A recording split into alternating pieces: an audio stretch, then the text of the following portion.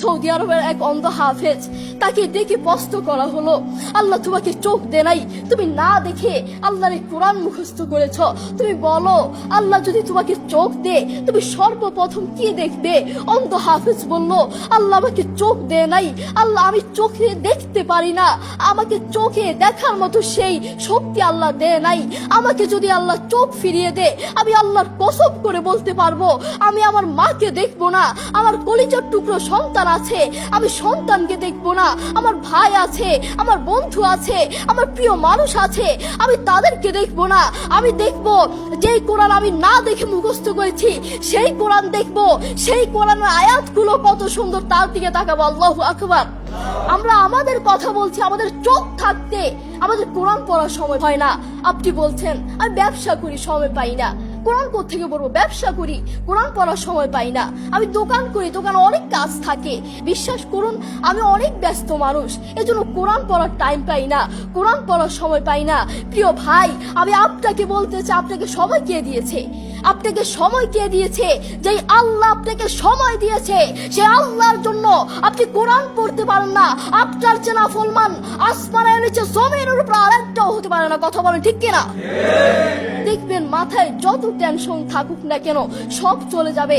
আমাদের বাসায় একটা সাউন্ড বক্স আছে, আমাদের পরিবারের সবার যখন মন ভালো না থাকে, আমার দাদা দাদু, আমার বাবা মা, ভাই বোন কারো যদি মন ভালো না থাকে, তখন আমার বাবা সেই সাউন্ড বক্সে কোরআন তেলাওয়াত লাগিয়ে দে। আমার বাবা বলে যখন কোরআন তেলাওয়াত শুনি মাথায় যতই টেনশন থাকুক না কেন সব চলে যায়, মন ফ্রেশ হয়ে যায়, মাথায় কোনো টেনশন থাকে না। আপনারাও চেষ্টা করবেন। আল্লাহ তাআলা বলেছেন আর রহমান আল্লামাল কুরআন খালাকাল ইনসান, দয়াময় আল্লাহ তিনি কোরআন শিক্ষা দিয়েছেন, তিনি মানুষকে সৃষ্টি করেছেন।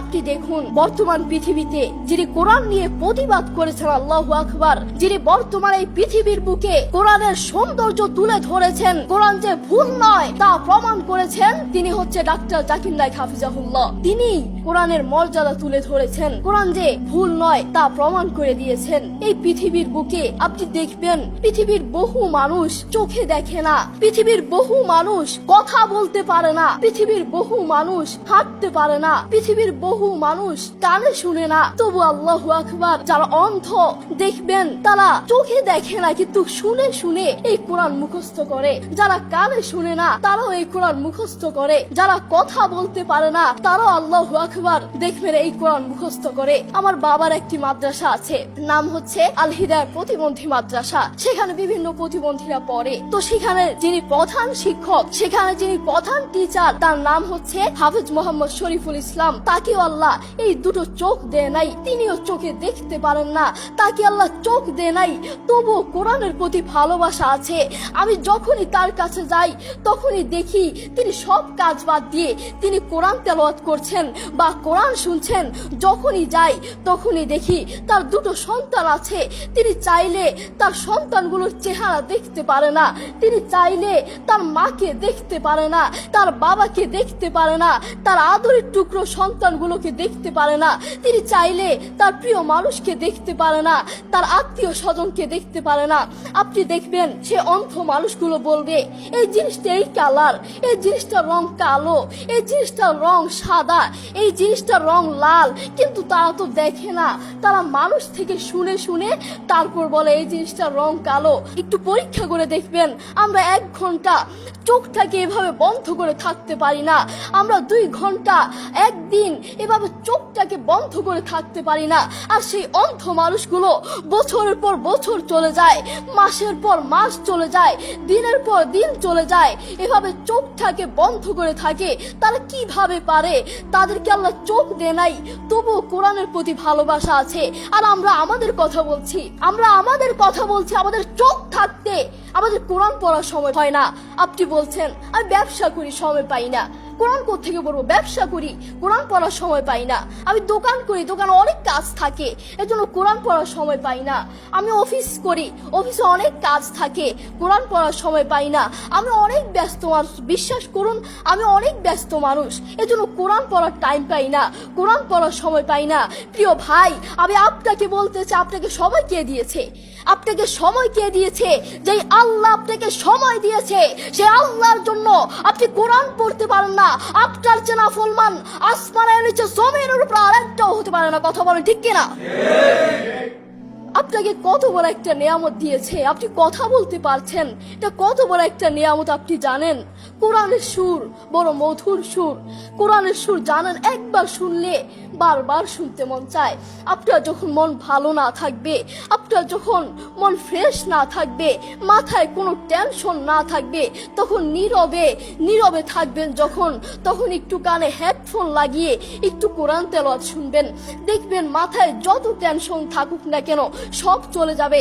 আমাদের বাসায় একটা সাউন্ড বক্স আছে, আমাদের পরিবারের সবার যখন মন ভালো না থাকে, আমার দাদা দাদু, আমার বাবা মা, ভাই বোন, কারো যদি মন ভালো না থাকে, তখন আমার বাবা সেই সাউন্ড বক্সে কোরআন তেলাওয়াত লাগিয়ে দেয়। আমার বাবা বলে, যখন কোরআন তেলাওয়াত শুনি মাথায় যতই টেনশন থাকুক না কেন সব চলে যায়, মন ফ্রেশ হয়ে যায়, মাথায় কোনো টেনশন থাকে না।